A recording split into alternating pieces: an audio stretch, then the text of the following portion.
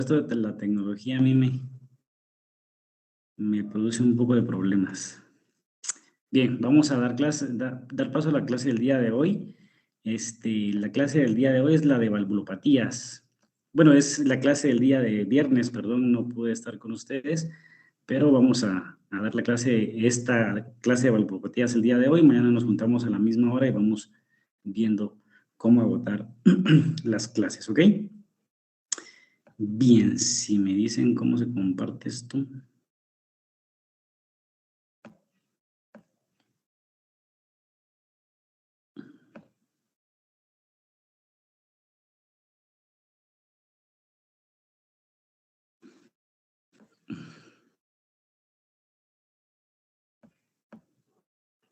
Bien, me indican si ya pueden ver ahí la diapositiva. Ya, doctor. Ya, doctor. Perfecto. Muy bien. Entonces vamos a iniciar. Cuando hablamos de valvulopatías, estamos hablando de las enfermedades que afectan a una de las 4 válvulas del corazón o eventualmente a más de una. Las valvulopatías nos van a dar a nosotros, dependiendo de qué válvula sea la que esté afectado y cuál sea el problema que tiene, puede tener estenosis o insuficiencia, ciertas características que el día de hoy vamos a ver y la importancia de cada una de ellas. Primero, pues, las valvulopatías son enfermedades que impiden la apertura o el cierre correcto de una o varias válvulas del corazón. La cardiopatía valvular representa el 20% de las intervenciones quirúrgicas cardíacas y las causas más importantes son las que se mencionan en esta diapositiva. En nuestro país, evidentemente, la calcificación valvular, el envejecimiento, todavía vemos algunos casos de fiebre reumática, de valvulopatía reumática, y los defectos congénitos, que definitivamente es un tema más de pediatría, pero que muchos pacientes tienen defectos congénitos que los permiten llegar a la vida adulta y se diagnostican en su periodo ya de adultos, es decir, ya como parte de medicina interna. Bien, las válvulas cardíacas, para que ustedes recuerden, pues son estas 4. Este es un esquema del corazón con un paciente en decúbito prono, con la cabeza hacia nosotros, los pies hacia el fondo de la pantalla, la espalda hacia arriba y la cara hacia abajo. Entonces tenemos las 2 válvulas más pequeñas, que son válvulas tricúspides, la válvula pulmonar y la válvula aórtica, y las 2 válvulas más grandes, que son las válvulas auriculoventriculares, que son válvulas tricúspides. La tricúspide pues tiene 3 cúspides, como su nombre lo indica, y una válvula que es bicúspide, que es la válvula mitral. ¿Ok? Para que ustedes se den cuenta cómo las válvulas auriculoventriculares son mucho más grandes que las válvulas ventrículo-arteriales, que son estas que están acá, es decir, las válvulas que comunican los ventrículos con los grandes vasos, y estas son las válvulas que comunican las aurículas con los ventrículos. Bien, las alteraciones entonces pueden ser estenosis valvulares, que significan disminución de la apertura de la válvula que impide el adecuado paso de la sangre a través de ella, insuficiencia valvular, que es cuando el cierre es insuficiente de una válvula y permite que el flujo de la sangre regrese a través de ella. O doble lesión, es decir, una válvula que tenga las 2 características, que no solo no abra correctamente, es que tenga estenosis, y que aparte de eso, cuando se tiene que cerrar, no cierra correctamente y tenga insuficiencia. Eso se llama doble lesión valvular, insuficiencia y estenosis en la misma válvula. Bien, la fisiopatología. ¿Qué produce esto de las estenosis o las insuficiencias? Vean ustedes a grandes rasgos, digamos, para que ustedes más o menos me entiendan cómo funciona esto en un sistema de... Debemos entender el corazón en algunas ocasiones como un sistema de una bomba que maneja líquidos, que maneja agua, ¿no? Y que su función es pasar el agua de un lado hacia otro. Entonces, cuando nosotros vemos que no pasa el agua de un lado hacia otro o que se regresa, vamos a entender un poquito cómo es la fisiopatología de la enfermedad. La estenosis valvular produce sobrecarga de presión en la cámara cardíaca previa a la válvula afectada. Es decir, si se estenosa una válvula, lo que va a hacer es que no va a permitir el vaciado de la cavidad anterior hacia la cavidad posterior. Se aumenta la poscarga, es decir, la fuerza que tiene que hacer la cavidad para poder vaciar su contenido, y produce hipertrofia, es decir, engrosamiento de la cámara previa. La insuficiencia valvular produce sobrecarga de volumen, tanto de la cámara anterior como de la posterior de la válvula. Esto tiene una explicación porque si la sangre que ya pasó regresa, se une al volumen de sangre que viene del latido siguiente, por decirlo de alguna manera, y este contenido de sangre va a pasar a la siguiente cavidad aumentado de volumen. Vamos a explicar eso un poquito con unas imágenes en las siguientes diapositivas. Produce dilatación de las cámaras y produce compromiso de la función sistólica. Bien. Hablar de esto es un poquito complejo, así que vamos a enfocarnos a las valvulopatías que el día de hoy yo les voy a enseñar aquí en esta clase porque son las más comunes y son las más importantes. Vamos a hablar de la válvula aórtica y de la válvula mitral, que son las que dan compromiso hemodinámico, las que producen compromiso de sobrevida, es decir, reducen la sobrevida a largo plazo, y las que ustedes también van a ver más comúnmente en su práctica, si no es que ya vieron algo. Entonces, la estenosis aórtica, cuando hablamos de la válvula aórtica, pues recordamos que es una válvula tricúspide, es la válvula que conecta el ventrículo izquierdo con la aorta, es la valvulopatía más frecuente en los países desarrollados, y recordar estos valores. Aquí sí hay que recordar algunos valores de memoria. El área valvular aórtica normal es de 2 a 4 centímetros cuadrados, esto varía un poco de acuerdo a donde ustedes lo lean, pero en general es así. Se produce una estenosis cuando hay obstrucción del flujo de sangre del ventrículo izquierdo hacia la aorta, ¿ok? Más o menos esquematizado acá, este es el ventrículo izquierdo, sus salidas hacia la aorta, la válvula aórtica es esto que ustedes ven acá, y si ustedes comparan esta válvula con la válvula mitral que está aquí justo al lado, se dan cuenta que la válvula mitral es delgada y la válvula aórtica está gruesa. Esto es lo que se llama engrosamiento de las valvas de una válvula. Entonces aquí tenemos los esquemas de una válvula normal, su apertura, digamos en este ejemplo 3 centímetros cuadrados, que está dentro del límite normal que aquí habíamos visto, y cuando tiene una estenosis valvular de grado ligero, pues se verá un poco calcificada, un poco engrosada, con un área valvular que va del 1.5 a 3 centímetros cuadrados. Cuando es moderada, pues un poco más cerrada, vamos a ver los valores en una diapositiva más adelante, y cuando es severa, pues está tan engrosada que su apertura está muy limitada. Esta limitación de la apertura es la que nos da todo el compromiso hemodinámico que tenemos. ¿Cómo se interpreta esto entonces?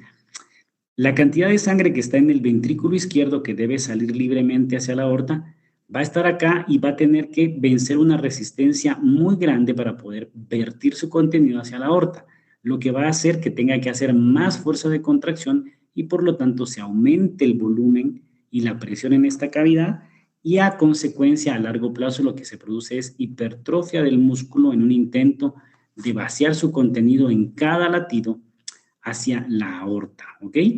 Espero que se estén entendiendo estos esquemas.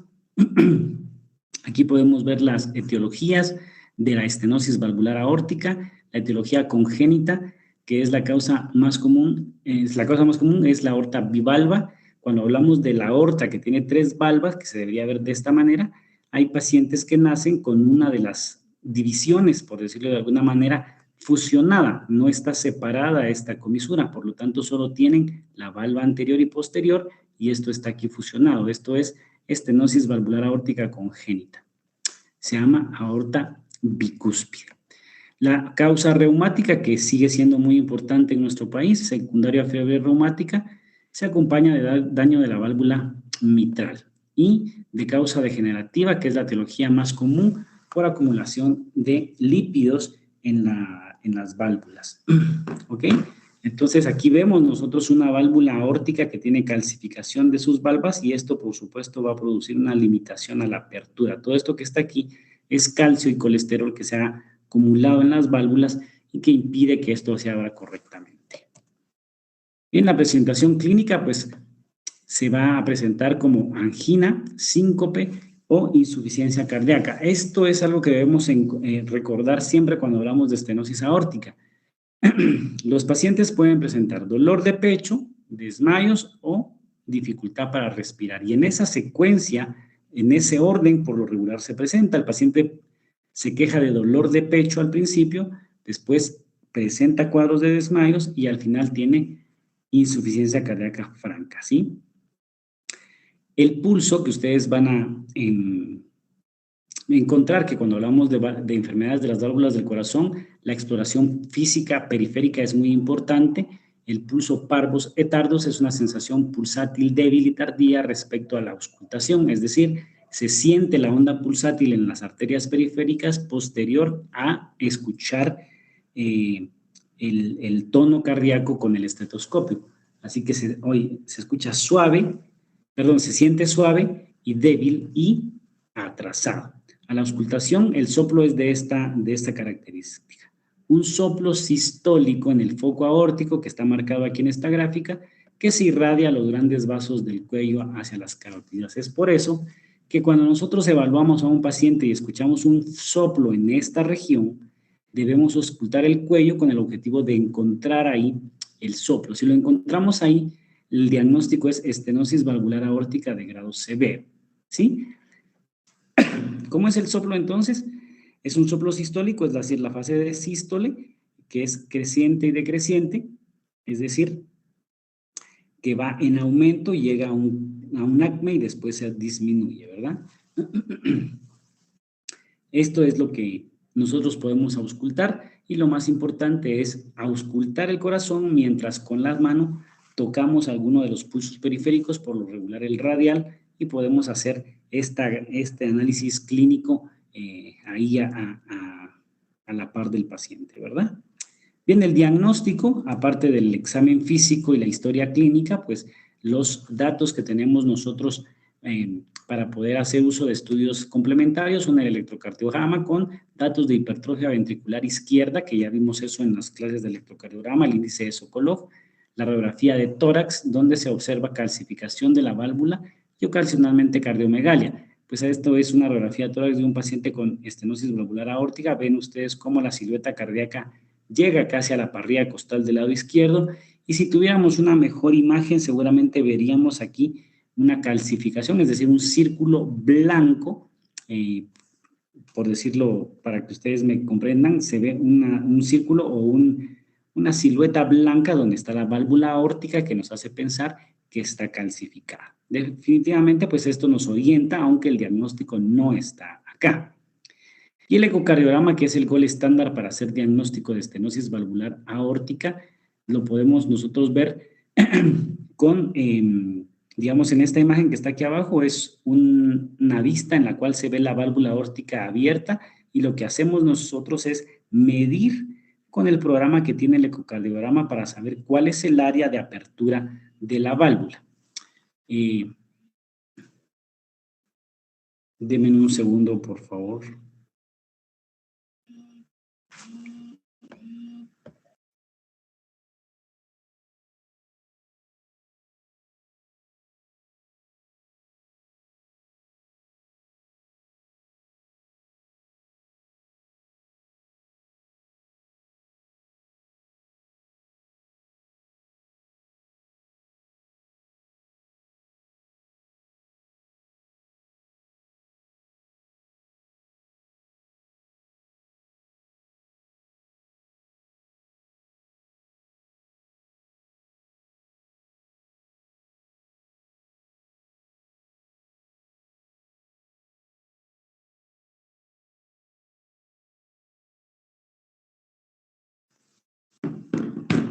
Muy bien, entonces, perdón por la interrupción, seguimos con esto. El ecocardiograma, entonces, ¿sí me escuchan? ¿Me escuchan? Sí, doctor. Ok, bien, entonces... Sí, doctor. Gracias, perdón. El ecocardiograma es entonces el estudio de diagnóstico. Primero, al medir el área es importantísima porque en los criterios que vamos a ver en unas diapositivas siguientes, vamos a ver cuáles son los criterios de estenosis valvular ligera, moderada y severa. Y todas están en base a ecocardiograma, ¿ok? Entonces, se mide el área valvular, es decir, medimos cuánto se abre el orificio, y podemos ver en este diagrama que está aquí, que es esto se llama Doppler, que nos permite ver el flujo de sangre a través de una válvula. Lo que hacemos es medirlo, como lo hicieron acá, y están estos datos, estos resultados que nos permiten hacer la medición de la gravedad de la estenosis.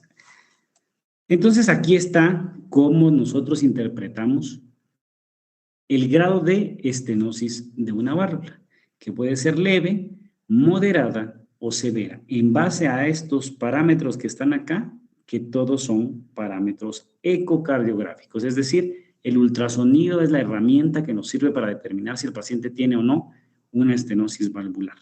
¿Cuáles son los parámetros?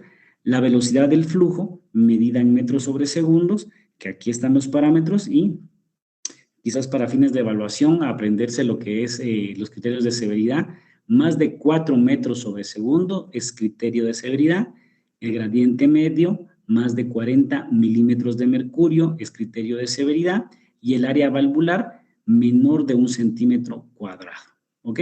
Esto está vigente hasta el día de hoy. Aquí hablan del área valvular indexada, que no se utiliza mucho, no al menos en nuestro medio, pero los otros 3 parámetros de arriba son los más importantes y los que se usan en todo el mundo. Así que esto hay que aprendérselo, ¿sí? La velocidad, el gradiente y el área. Estos son los criterios. Para fines de evaluación, pues podrían venir preguntas de aquí. Hay que aprenderse esta tabla, por lo menos los valores de severidad, ¿ok? Bien, el tratamiento de la estenosis valvular aórtica. Los pacientes pueden tener estenosis valvular aórtica y ser sintomáticos o ser asintomáticos. Si el paciente es sintomático, estamos hablando de un paciente que tiene dolor, o sea, angina de pecho, que se ha desmayado, que tiene síncope o que tiene la fase final de este proceso, que es insuficiencia cardíaca manifestada por disnea, ¿sí? Ocasionalmente edema de miembros inferiores y ortopnea y todo lo que ustedes saben ya de insuficiencia cardíaca, pero lo que más característico es disnea a pequeños esfuerzos. El tratamiento entonces va a ser, si el paciente es sintomático, cambiar la válvula, ¿sí? Aquí dice tratamiento quirúrgico, es decir, mandarlo a cirugía para cambiar la válvula. Actualmente existen otras estrategias de tratamiento, pero en general, pues, es cambiar la válvula, ¿ok? En pacientes con estenosis severa asintomáticos, es decir, que tienen criterio ecocardiográfico, pero que no tienen síntomas, que hay pacientes así, se puede retrasar la cirugía hasta que los pacientes presenten síntomas. Esto puede tener un poquito de controversia en opiniones, sin embargo, se sabe que las válvulas cardíacas tienen un tiempo de vida media y que después hay que volver a operar al paciente para cambiarle la válvula. Por lo tanto, tratamos de aplazar la cirugía lo más que se pueda con el objetivo de que el paciente no vaya a una segunda cirugía, sino hasta mucho tiempo después, o posiblemente no necesite la segunda cirugía. Entonces, si el paciente no tiene síntomas, podríamos atrasar su cirugía. Algunos dicen que no, que una vez que tiene criterios de severidad, pues habrá que mandarlos a operar. Pero bueno, esto es un poco discrepante. El tratamiento médico, vean ustedes, solamente es para mejorar la clínica del paciente, pero no permite reducir el grado de obstrucción ni es capaz de evitar la cirugía a largo plazo. Es decir, a los pacientes les vamos a dar diuréticos, betabloqueadores, vamos a tratar de mejorar su condición, pero nada de esto va a garantizar que la enfermedad pueda revertirse, es decir, que la válvula pueda abrirse un poco más. Siempre que tenemos estenosis valvular aórtica, hay que abrirla de forma mecánica o quirúrgica. Y vamos a hablar un poquito de eso más adelante. ¿Ok? Bien, ya hablamos un poquito de estenosis aórtica. Vamos a hablar ahora de insuficiencia aórtica. Es decir, lo contrario, cuando la válvula aórtica no cierra correctamente y permite que se regrese la sangre de la aorta hacia el ventrículo izquierdo. Veamos, condiciona el retorno de sangre desde la aorta hasta el ventrículo izquierdo. Si vemos este esquema, aquí hay una válvula aórtica correctamente cerrada, pero cuando hay insuficiencia, la válvula no cierra correctamente y por lo tanto la sangre que está en la aorta regresa al ventrículo izquierdo, ¿ok? Se produce por una mala coaptación de las cúspides, es decir, mal cerrado de estas dos estructuras que se ven acá. Las causas pueden ser enfermedad degenerativa, reumática, infecciosa por endocarditis, dilatación de la raíz aórtica en algunos procesos, especialmente enfermedades de la colágena que dilatan la raíz aórtica y hacen que la válvula no cierre bien, disecciones de la aorta, bueno, una infinidad de etiologías, pero en general lo que nos interesa saber es que la válvula aórtica no cierra bien y que el contenido de sangre va a regresar al ventrículo izquierdo. Eso es la insuficiencia aórtica. Al entender que esto sucede, pues no es difícil más o menos analizar qué va a pasar. La cantidad de sangre que esté acá y sale expulsada de la aorta va a tener una pequeña porción que se va a regresar y que va a unirse a la sangre que viene de la aurícula hacia el ventrículo en el siguiente latido. Por lo tanto, en el ventrículo izquierdo se va a juntar la sangre que viene de la aorta y la sangre que se está regresando de la aorta. Perdón, la sangre que viene de la aurícula y la sangre que se está regresando de la aorta. De tal suerte que en esta cavidad va a haber más sangre de lo normal en cada latido y eso va a producir dilatación de esta cámara por sobrecarga de volumen, así se llama, ¿sí? Hay más volumen de sangre en la cavidad y por lo tanto se dilata. Muy bien. La presentación clínica de la insuficiencia valvular aórtica, pues los pacientes pueden ser asintomáticos por mucho tiempo, pueden presentar dificultad para respirar, disnea de esfuerzo, que va a ser de esfuerzos grandes al principio y después va a ser de pequeños esfuerzos, edema periférico como datos de insuficiencia cardíaca franca, y los signos clínicos, que esto sí es importante. La insuficiencia valvular aórtica es la patología valvular que más signos clínicos tiene. Esto que ustedes ven acá son los apellidos de las personas que describieron algunos de los signos de insuficiencia valvular aórtica y que son documentos bastante extensos. Anteriormente se decía que eran 9 signos, después dijeron que eran 12, y actualmente la gente conocedora de estos temas ha descrito hasta 30 signos periféricos o signos clínicos de insuficiencia valvular aórtica, que son signos bastante interesantes, de los cuales trataré de enviarles un documento para que ustedes puedan analizar cómo se presentan estos signos. No vamos a entrar en mucho detalle, pero en general son signos periféricos de pulsos que cambian con las posiciones del paciente o algunas otras cosas que pueden evaluar en los ojos y en la mucosa oral. Voy a mandarles el documento, de un documento que es bastante antiguo, sin embargo describe bastante bien algo de los signos clínicos de insuficiencia aórtica y ustedes van a poder verlo ahí al leerlo despacio, ¿ok? Bien, vamos a enfocarnos al soplo, ¿verdad? Que eso es lo más importante como signo clínico. El soplo característico también, ustedes lo van a poder auscultar, es un soplo que se describe con el nombre de Austin Flint y es un soplo diastólico en el foco aórtico accesorio o en el foco mitral. ¿Por qué se escucha en el foco aórtico accesorio o en el foco mitral? Porque debemos recordar que el soplo se produce por la sangre que se regresa a través de la aorta, así que se deberá escuchar en las partes más bajas del corazón.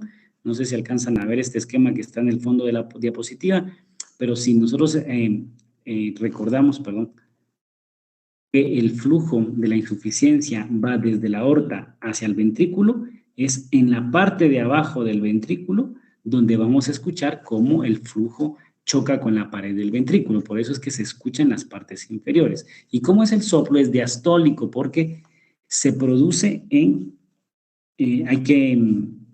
quizás sería más fácil si tuviéramos algún esquema del corazón dinámico donde se pudiera mover el corazón para analizar lo del soplo, pero el hecho es que cuando el corazón está en diástole es cuando permite el regreso de la sangre de la aorta hacia el ventrículo, por lo tanto la sístole es una sístole limpia y en diástole encontramos el fenómeno acústico del soplo, ¿ok? Entonces esto puede ser pregunta de examen, ¿cuál es el soplo de insuficiencia aórtica? El soplo de Austin Flint, que es un soplo TDL diastólico que se ausculta en el foco aórtico accesorio o en el foco mitral. Muy bien. El diagnóstico, la clínica nuevamente con insuficiencia cardíaca, que es lo que nos interesa, y el soplo. Y los signos clínicos que voy a enviarles en un documento. El electrocardiograma, datos de crecimiento ventricular izquierdo, la radiografía de tórax, pues únicamente vamos a encontrar cardiomegalia a expensas del ventrículo izquierdo, que se va a ver como un ventrículo que está crecido con la punta hacia la parte inferior de la radiografía. y el ecocardiograma, que nuevamente es el gol estándar en el diagnóstico. Nos sirve para confirmarlo y evaluar la etiología y, por supuesto, la severidad de la insuficiencia. Bien, el tratamiento, reemplazo de la válvula. Pacientes con insuficiencia valvular de grado severo deberán ir a reemplazo valvular, ¿sí? El reemplazo valvular está indicado en pacientes con síntomas independientemente de la función del ventrículo izquierdo y en pacientes asintomáticos con fracción de eyección que ya esté reducida. Estos son criterios ecocardiográficos de lo que nos encontramos para poder decidir si operamos o no a un paciente. En pacientes asintomáticos con dilatación severa del ventrículo izquierdo también deberán ir a cirugía para cambiar la válvula.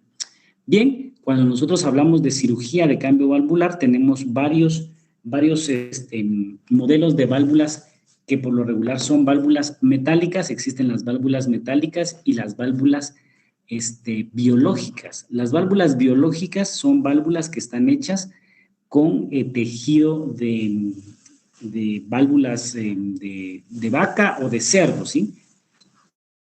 Las válvulas biológicas son mucho mejores porque son mucho más fisiológicas, se hacen con el tejido de estos animales y lo que se hace un anillo al cual se unen el pericardio, ya sea bovino o porcino, y se simula una válvula que funciona tal cual en las válvulas normales del corazón. Pero lo más común es que se hagan válvulas, que se reemplacen las válvulas con válvulas metálicas como la que tenemos nosotros aquí en la imagen. Esto es una válvula metálica bidisco. Es una válvula que tiene estos dos hemidiscos, lo que hacen es funcionar tal cual las válvulas de un sistema de drenaje, en el cual cuando hay flujo de un lado hacia otro se abren y no permiten el flujo de regreso, porque al regresar el flujo se cierran automáticamente, ¿sí? No sé si logran más o menos interpretar cómo es esta válvula, pero la idea en esta específicamente es que se abre hacia el fondo de la pantalla. Cuando la sangre pasa, digamos, de donde estamos nosotros hacia el fondo de la pantalla, empuja los discos y se abren, y cuando se quiere regresar la sangre, los discos automáticamente, por el efecto de la sangre que vuelve, se cierran automáticamente y no permiten el regreso de la sangre. No sé si se está entendiendo eso, pero espero que se comprenda un poco en esta imagen. Bien, ya hablamos entonces un poquito de estenosis valvular aórtica, de insuficiencia valvular aórtica. Vamos a hablar ahora un poquito de la válvula mitral, que es la segunda válvula que vamos a ver. Solo vamos a ver estas dos válvulas porque son las que más se enferman, ¿verdad? Vamos a empezar ahora con la estenosis mitral. Más o menos emulando un poco lo que habíamos hablado de estenosis valvular aórtica, pues es similar a esto, solo que ahora en otra posición, ¿no? Lo que hace es que limita la apertura de la válvula mitral y se limita el paso de sangre desde la aurícula izquierda hacia el ventrículo izquierdo. El área valvular normal de la mitral es de 4 a 6 centímetros cuadrados. Recuerdan ustedes, las válvulas auriculoventriculares son más grandes que las ventriculoarteriales. Producen aumento de la presión y dilatación de la aurícula izquierda. La cámara afectada aquí es la previa a la válvula, es decir, la aurícula, y produce un aumento de la presión capilar pulmonar y, por lo tanto, edema agudo pulmonar. Esta es una válvula mitral. Recuerdan ustedes que la mitral solo tiene dos valvas, es decir, solo tiene una ranura en medio, la válvula anterior y la válvula posterior, y en este caso está completamente engrosada. No es una valva que sea flexible y por lo tanto no va a permitir el paso de sangre adecuadamente. Sus etiologías: fiebre reumática, lupus eritematoso sistémico, artritis reumatoide, artritis degenerativa. Y las enfermedades propias del envejecimiento del paciente. Lo que nosotros más vemos aquí, evidentemente, es la etiología degenerativa y fiebre reumática, aunque hemos visto en ocasiones algunas otras etiologías de esto, ¿ok? Vamos a ver cómo funciona esto, los síntomas. Los síntomas de una estenosis valvular mitral son estos. Son secundarios a la congestión pulmonar. Ojo con esto. Tenemos que tener claro cómo es el flujo de sangre en el corazón y hacia los pulmones para entender cómo funciona esta situación. Si nosotros recordamos que la sangre que va de los pulmones llega a través de las venas pulmonares a la aurícula izquierda y después tiene que pasar la válvula mitral para el ventrículo izquierdo, pues si está cerrado ese paso, entonces se congestiona todo el sistema hacia la aurícula izquierda y hacia los pulmones. No sé si se logra entender lo que estoy tratando de explicar, pero la idea es que ustedes recuerden que se congestiona el sistema previo, ¿no? Entonces, hay un aumento de la presión venocapilar por hipertensión de la aurícula izquierda, lo que produce disnea, hemoptisis, edema pulmonar agudo. Hay presencia de hipertensión pulmonar e insuficiencia cardíaca derecha, porque se congestiona también el lado derecho del corazón. Anorexia, dolor abdominal, dolor tipo anginoso, asociado a hipertensión pulmonar y sobrecarga del ventrículo derecho. En general, todos los datos clínicos que nos hablen de congestión a nivel de los pulmones, disminución del gasto cardíaco y fatiga. ¿Cuáles son los criterios de severidad que también están dados por ecocardiograma, que se mide exactamente igual que la aorta? Se mide el área de la válvula y sus gradientes, y aquí están los criterios de severidad. El área valvular, para que sea severo, tiene que ser menor de 1 centímetro cuadrado, el gradiente medio igual o mayor de 10 milímetros de mercurio, y la presión sistólica pulmonar, que esto no se utiliza mucho, son los dos primeros, pero es mayor de 50 milímetros de mercurio. Así que los criterios para fines de evaluación son el área valvular y el gradiente medio, ¿sí? Estos dos de arriba son los que se deben de aprender, área menor de 1 y gradiente mayor de 10.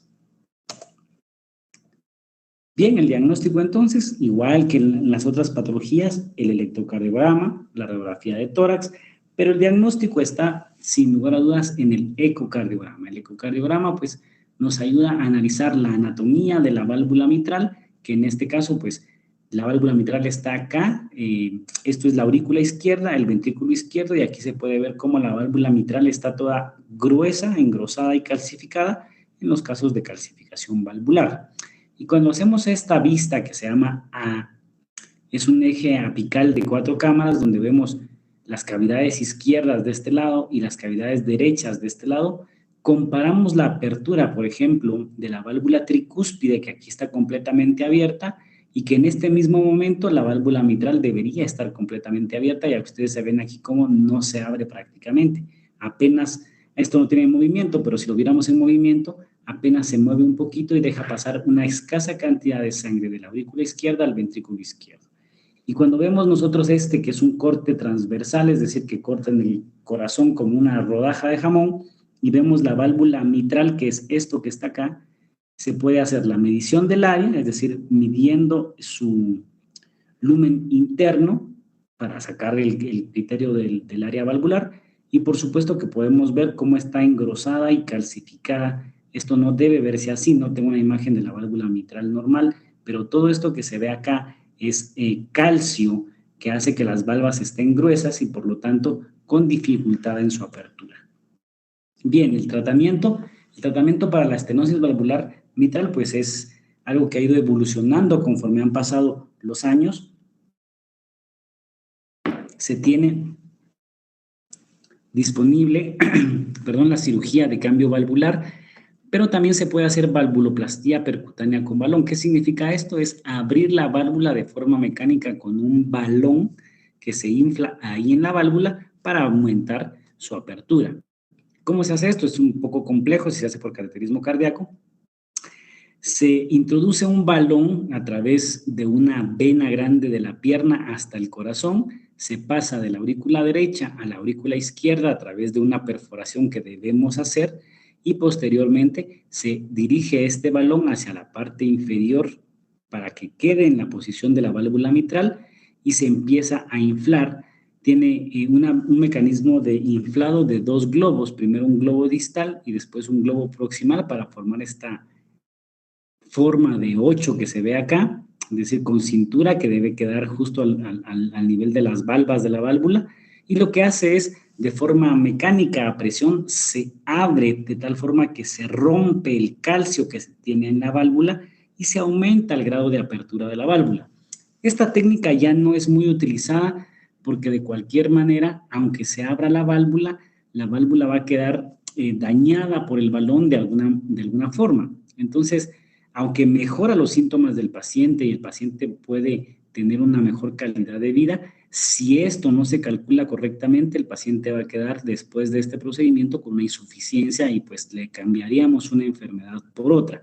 Así que lo que está más de moda es llevar a los pacientes a cirugía para cambio valvular.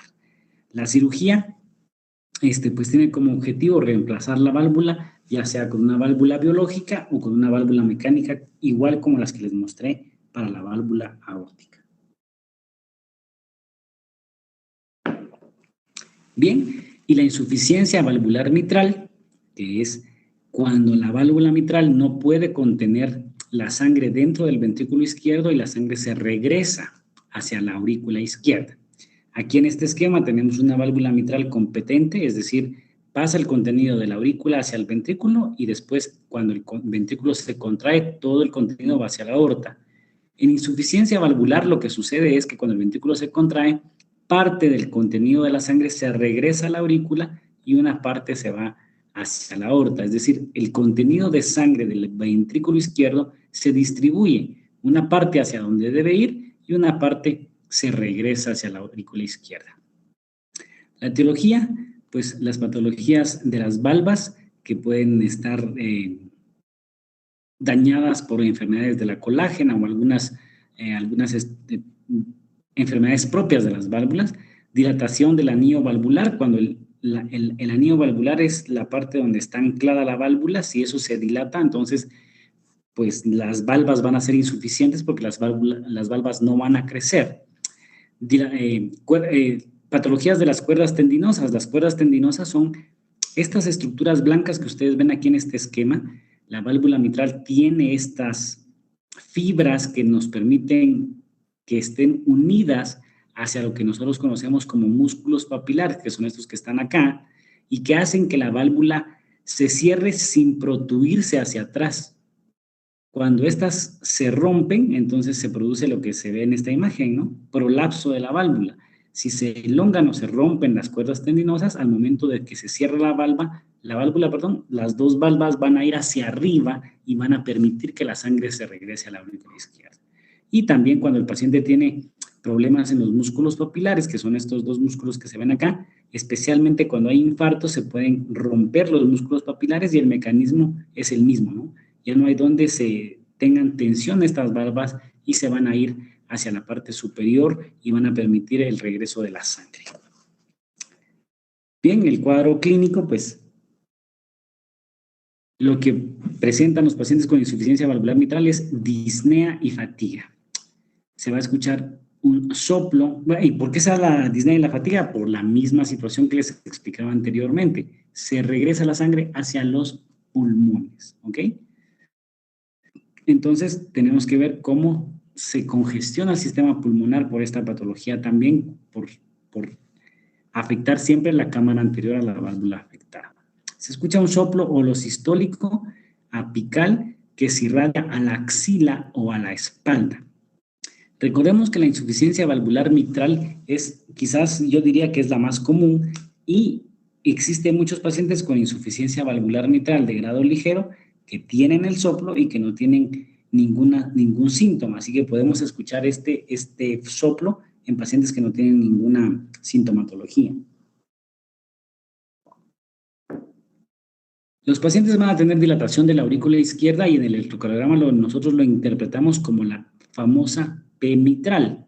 Ustedes recordarán la morfología normal de la onda P que les mostré en las clases de electrocardiograma, que es una onda redonda que no tiene muescas en la parte superior. Pero cuando tenemos una onda P que tiene esta muesca en forma de M, esto lo conocemos como P mitral y nos debe hacer pensar, esto no quiere decir que el paciente tiene estenosis o insuficiencia valvular, lo que nos dice es que la aurícula izquierda está crecida. Entonces, eso es un dato indirecto, ¿no? Si la aurícula izquierda está crecida, debemos ir a buscar por qué. Pero esto lo encontramos en el electrocardiograma. Y cardiomegalia también en la radiografía de tórax a expensas de las aurículas en este caso. Bien, el diagnóstico nuevamente, el gol estándar. El gol estándar para todas las valvulopatías es el ecocardiograma, así que en esto no se pueden perder, ¿no? El ecocardiograma, ¿qué nos demuestra? El flujo de sangre que se regresa a través de la válvula mitral. Esta es la válvula mitral que cuando se cierra, no cierra correctamente y permite este mosaico de colores que representan el jet o el flujo de insuficiencia valvular que se regresa desde el ventrículo izquierdo, que en esta imagen está arriba, y que llega hasta las partes más inferiores de una aurícula que de por sí ya se ve dilatada.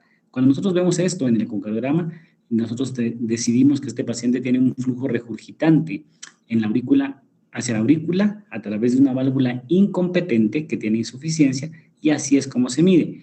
Y a través del Doppler podemos ver esto que está aquí arriba. Bueno, esto es la línea basal de un ecocardiograma, que quizás esto no sea fácil de entender, pero para que ustedes más o menos se familiaricen con esto.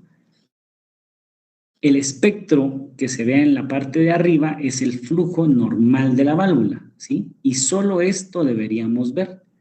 Y el espectro que se pinta hacia abajo es el espectro de insuficiencia, que nos dice cuánta sangre se regresa. En este caso, que es una exageración, hay más flujo que se regresa, es decir, está tan mal este paciente que es más la sangre que se regresa que la que en el siguiente latido avanza hacia el ventrículo izquierdo. Avanza esta porción de sangre y se regresa esta porción de sangre. Las imágenes aquí nos representan el volumen, es decir, la cantidad de sangre que pasa de un lugar a otro. Entonces, es aquí donde se hacen las mediciones y nos dan los criterios de insuficiencia valvular ligera, moderada o severa. El tratamiento, bueno, podemos tratar de hacer que la válvula no se protruya hacia la aurícula izquierda a través de un clip, que es lo que se llama clip mitral o mitral clip en inglés, que es como se conoce más comúnmente. Lo que se hace es, a través de un procedimiento de intervención, ponerle un clip que está diseñado para esto, obviamente, a las dos valvas que se protruyen, de tal forma que quedan de esta manera y solo permitirán el paso de sangre de arriba a abajo, y cuando la sangre quiera regresarse del ventrículo hacia la aurícula, pues a través de este clip no se va a permitir su apertura. Esta tecnología, pues en Guatemala aún no existe, pero está pronta a estar acá. Lo que sí hay, pues es el reemplazo de la válvula por cirugía con una válvula mecánica por lo regular o una válvula biológica que de igual forma será de tejido de pericardio bovino o porcino. ¿Ok? Es así como se coloca la válvula, se quita la válvula nativa del paciente y en su lugar se coloca la prótesis valvular, que en este caso pues se sugiere también una bidisco. Hay muchas válvulas, no van a pensar que solo la bidisco existe, pero la bidisco, que es esta que está acá, es la más utilizada, por eso los esquemas en estas imágenes están hechas con válvulas bidisco. ¿Ok? Bien, hablar de valvulopatías cardíacas no es un tema fácil, sin embargo, pues tocamos aquí las dos válvulas más comúnmente afectadas, la mitral y la aorta, y de las dos válvulas, pues las dos patologías, ¿verdad? Si existen dudas, si quieren que ampliemos algo más, pues me lo indican.